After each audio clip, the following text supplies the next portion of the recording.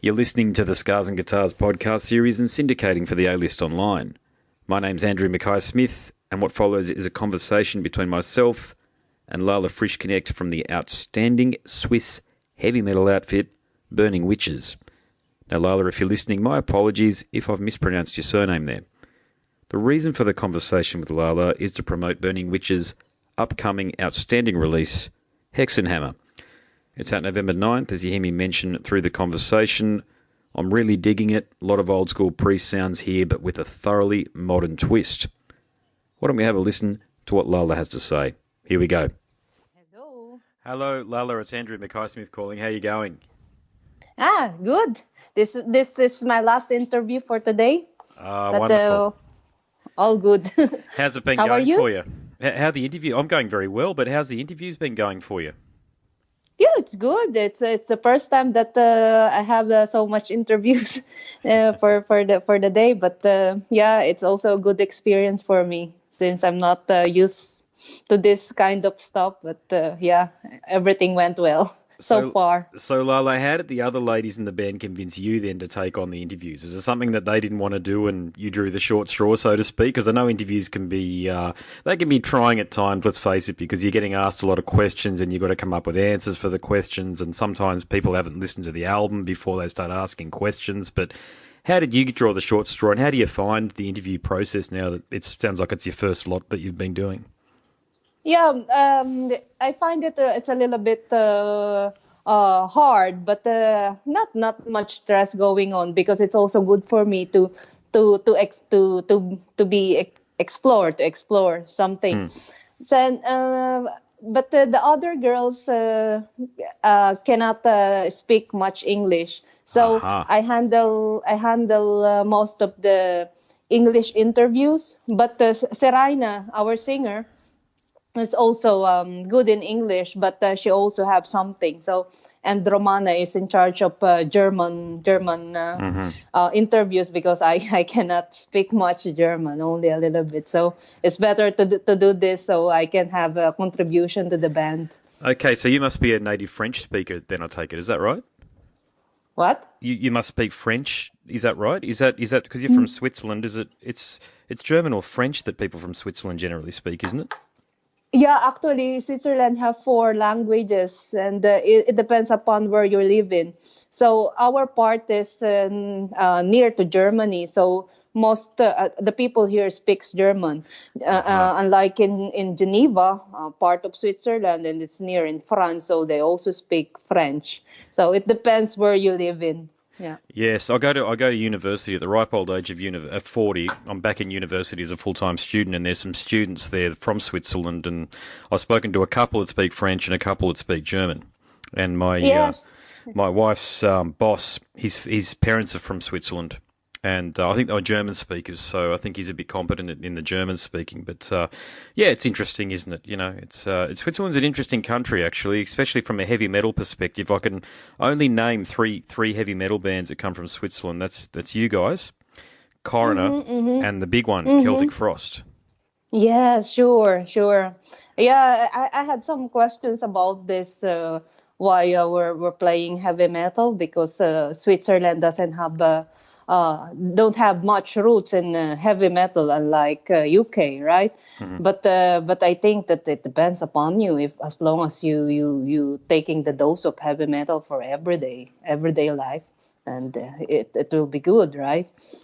Yeah, Celtic Frost is very known band here in Crocus. Yeah, and also got Heart. Yeah. Oh, okay, there you go. Yeah, okay, well, let's talk about this album of yours, because I've been really enjoying this one. So Hexenhammer's the name of it. It's out on November the 9th of this year. That's 2018, if anybody's listening to this in the future. So it's an album. I like to reference music to other forms of heavy metal, so bear with me whilst I explain to you how I've referenced your wonderful album here, Hexenhammer. It's an album that I believe, if Judas Priest could get into a time machine, fast forward, ask your girls to write some songs for them, then go back to the 90s when they had Tim Ripper Owens in the band, I reckon it's an album that they would have been proud to put their stamp on at that period of time, because there's outstanding guitar solos. Wonderful. Oh, wow. Great demon screams, but I love your drumming. I'm a bass player, you see, so I focus on the drumming intensely. Your Yeah, drumming yeah. cadence is excellent. Good. Oh, thank you so much, and it's nice to hear those words because it's a really good compliment. We don't expect much of Mm. these nice words, but yeah, Well, thank you so it's much. fantastic. I've really been enjoying it, and it's to be quite frank with you, it's not music that I would typically listen to. Of course, I listen to heavy metal, but the heavy metal, power metal style. I know you guys have got some thrash crossover going on in there as well, but it's not something I generally gravitate toward. But I'm really enjoying Hmm. this one here. So to get my attention, you've done a bloody good job with it. But enough about what I think of it. What do you want people listening to know about the album? What do we want people to listen? Oh, no, what do you want them to know? So if you were going to describe the album to somebody who was yet to hear it, what would you say about it? Uh-huh. Yeah, our music is 80s heavy metal with a touch of modern era since we're in modern age now. But we put add some elements to it. Just like as you said, we had some thrash influence, we had some heavy metal influence. We were making harmonious melodic riffs, and the vocals for sure it comes from heavy metal influence because it's so powerful. Then yeah, the drumming also comes from a thrashy punk or heavy metal influence. So we just make it as just like that. But at the same time, we play the thing that comes from our mind. It's our inner self. So it's still burning witches sound. This Hmm. is how I can describe our music, and because it's so catchy. But the thing is, it's still aggressive enough, and the roots of heavy metal is there. Hmm. Yeah, since our biggest influences are Judas Priest and Iron Maiden, so that's our the musically influence coming from our idols. So, but Mm. we're not copying it. But once you play music, it's automatically coming out, no matter what kind of instrument you're playing. It's just coming out. Yeah, Yeah. yeah. No, that's great. No, I'm Mhm. glad that what I think about the album you've effectively echoed there. So anybody listening, this is one of the straight up heavy metal albums of 2018. There's no doubt about that. And the Oh other wow. and the other thing I'm really impressed with is the attention to detail with the album cover. So I know that there's a temptation these days for bands just to, I wouldn't say slap together an album cover, but not to put as much detail and thought into the artwork. But you've done a bloody good job here. She's a wicked looking demoness sorcerer in Yeah, vivid yeah, colour. it's yeah. The album cover went out really well because Gulia, the Hungarian artist, he's a wonderful artist, and then we come out with the idea of yeah, Hexenhammer is something about history, Hexenhammer book, Hmm. and then we thought about a lady opening the book of Hexenhammer, and then once you open the book, the soul of the witches are Mm-hmm. coming out. So it just end up like that, and it turned out really beautiful and colorful, and yeah, it has all this thing that you want in the picture. The picture explain it itself. Yeah. Yeah, it does. It does. It's a beautiful one. It'll look wonderful on a t-shirt. So please tell me you've got some album cover t-shirts out there for people to purchase. Yeah, it's. I think Nuclear Blast already made it, and they're showing it in Nuclear Blast Germany website. Okay. So I saw the shirt, and I said, hey, I want to have this. It's so beautiful, full of color, and yeah, it's just like kind of like classic thing. Yeah, yeah, Very no, agree. beautiful. It's just a stunning cover. Yeah, stunning cover, and Hmm. it'll translate really well to wall flags, posters, and especially the t-shirts. Even an all. I tell you what, I'd love is an all Yeah, over print t-shirt with that cover on it, yeah. all over It's the it, it cover. will be available. It will be. Hmm. Okay, so Nuclear Blast. Obviously, with John organising things, I get to talk to a lot of Nuclear Blast bands, and all are fantastic. I really enjoy the music that's coming out of Nuclear Blast, and I don't know the philosophy that they're employing there to sign artists, but it's a very good one. But can you tell me how the band got signed to Nuclear Blast? Yeah, it's at first we didn't expect that we will get signed because as everybody knows, Nuclear Blast is a big record label on Earth. And then it's also a dream come true for us. And then who will ever think about that? Yeah. And then we were just really surprised. But I think it's we're really grateful for this thing happening because at first they believe on us, our potential and our abilities as an all-female band. And we're really thankful for that and so excited to work with them for sure the good things will happen being as a part of Nuclear Blast family. Yeah, it's a dream come true. Yeah, indeed. It's a wonderful partnership. And I'm really happy that they've signed you. So I'm going to go on a bit of a rant here. Okay, so bear with me, okay? And I'm going to ask you at the end of my little rant here whether or not you agree with me or what your thoughts are on it. But I know we've spoken about Iron Maiden and Judas Priest, and I'd never do anything to take away from the legacy and the wonderful work the legends have done. But I've got to be quite frank with you. When I saw Yeah. the recent download announcement here in Australia, so in Sydney and Melbourne, download is Yeah. coming, and we've got Judas Priest, Ozzy, and Slayer headlining it. And Yeah. I've got to tell you, I'm done. Okay, I'm 40 years of age. I've been listening to heavy metal for most of my life. I grew up with Yeah. Ozzy. I grew up with Judas Priest, and I certainly listened to enough Slayer. But I don't actually ever want to see the bands again, to be quite frank with you. And I know I'm not the only one. I know I'm not the only person who feels this way. I want to see, at festivals, okay, Behemoth is a great band to have on the bill. Okay, so they're there, but I think they should be headlining it. Then you've got other metalcore and deathcore artists like Thy Art is Murder, Emil from Yeah. the States. There's a ton of Yeah. them. We Came as Romans, Comeback Kid from Canada, and you guys, Burning Witches. Now, as far as I'm concerned, heavy metal's got too much of a backward focus, meaning that, like, if you look at hip hop and urban music, it's all Yeah. about new artists. So you're talking Kendrick Lamar, not Jay Z, what's in Drake. There's Tyler the Creator, and they really get into supporting new artists. But in heavy metal, and I'm going to aim this squarely at the fans because I don't believe it's the agents and I don't believe it's the people that are booking shows. They're only responding to what the fans want. But Yeah. Yeah. Sure. the Sure. fans have this intense focus on these legacy acts, and I frankly don't understand it. If I was 18, I'd want to get into Yeah. Burning Witches over Judas Priest. So Oh wow. I'm going to ask you to comment on this because I think it's an important subject, and I know Jamie Jaster's brought it up on his podcast many times too. And I don't want anybody listening to think that I'm coming across like a hard ass, or I'm not, or I'm completely respectful of the contribution of Judas Priest, Rob Halford, and Glenn, and all of the bands Yeah. that I've mentioned, Yeah. Megadeth, okay, Metallica. But I'm simply done, and I want to see bands like Burning Witches up there in the head near to headline spots because I think certainly from what I've seen online, you're ready for it. But what do you think about what I've just said there? Yeah, I think it will be an honor if we will headline the for this big bands or to get to headline together with the other big bands. But for us, I think it's still early because we just started, and we let the time that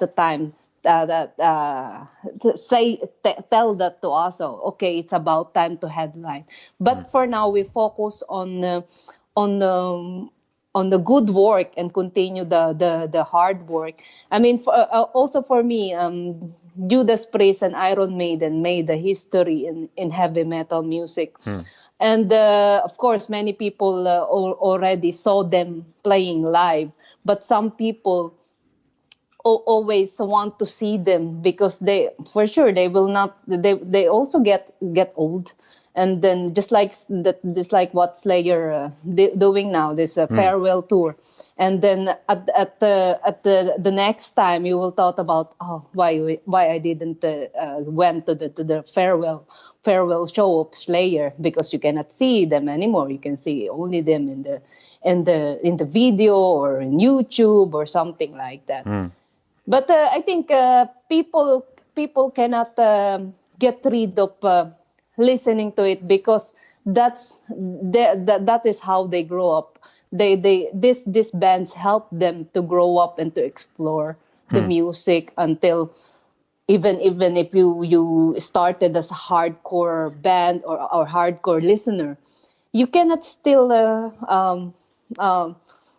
get rid it in your mind. It's just still in your heart. So I think I can understand the people who's also coming to the show of this legendary bands. But as you said a while ago, it's kind of like a mixture. There are festival whose Judas Priest is the main band, and some are hardcore or metalcore band. But I think it's a matter of taking people into the festival, because some people also listen to many styles of music, and then this music scene is growing so fast because it has a lot of I cannot pronounce it well. Subgenres, yeah. I know what you're saying, yeah. Genre. Yeah, genres, yeah, that's it, yep. Yeah. It explores so much, and some people that I know, even listening to heavy metal, they also like this band. They also like it, even if it's totally different. Maybe they want also something special, because if everybody has the same music, you never know who's. Yeah, it's kind of like monotonous, isn't it? But there are also some people who's only into heavy metal, only heavy metal. I just want to listen to heavy metal. That's my heart is. So yeah, it depends upon the people who's listening to it. Yeah. Oh, it's interesting because I remember when Symphony of Destruction came out, and I remember when Painkiller came out and Seasons in the Abyss. I remember that, and they're more popular now than what they were back then. Like the albums I'm talking about, they've got more of an impact on popular culture now than they ever did back then. And there's a bit of a there are legends and there are icons, but then they're the only bands people are talking about. And what my greater concern here is that you've got a wonderful release here, Hexenhammer. I'm not just saying that; I genuinely believe that. I've had to listen to it front to back a few times now, mainly in the car, and it's an album that deserves to be heard, and I hope you don't mind me saying this, by a far broader audience than what I think it's going to achieve. And that's not because it's not a wonderful album. That's because metal fans are very focused on these heroes of yesteryear. Whereas I encourage anybody listening to this to give you guys a go and go along to a show, because I think they're going to be absolutely blown away by you guys. And thank you so much. And I think it's important that we, I'm an indie journalist, so I don't get paid for doing any of this, but I've still got a couple of websites, and I'm going to put this in an article, and I've got my podcast series, of course, that I run, and a radio show, and I'm carrying that flag from now on. I made a decision to carry that flag from now on, only where it's warranted, and it's warranted here with you. It's not just about all new music, it's about great new music that needs to be heard. And wow, yeah, thank you so much. I really appreciate it. It's nice to hear that huge compliment of yours. No, it's all right. It's a pleasure. Yeah. There's so many. Nuclear Blast have got so many fantastic bands. There's Amaranthi. I know that Amaranthi, I don't think are Nuclear Blast, are they? Or there's Mayan is a better one to use, because I know they're definitely, or Mayan is definitely a Nuclear Blast band.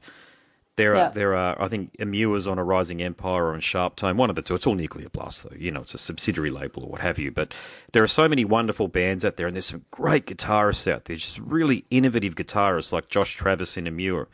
And I hope, and your drumming's fantastic too. You know, I've got a daughter who's 5, and she really gets into drumming. So I'm going to show her your drum. I'm going to show a picture of you, and I'm going to show her your drumming. Because when I had that's nice. I had a chat to Elisa from Arch Enemy not too long ago.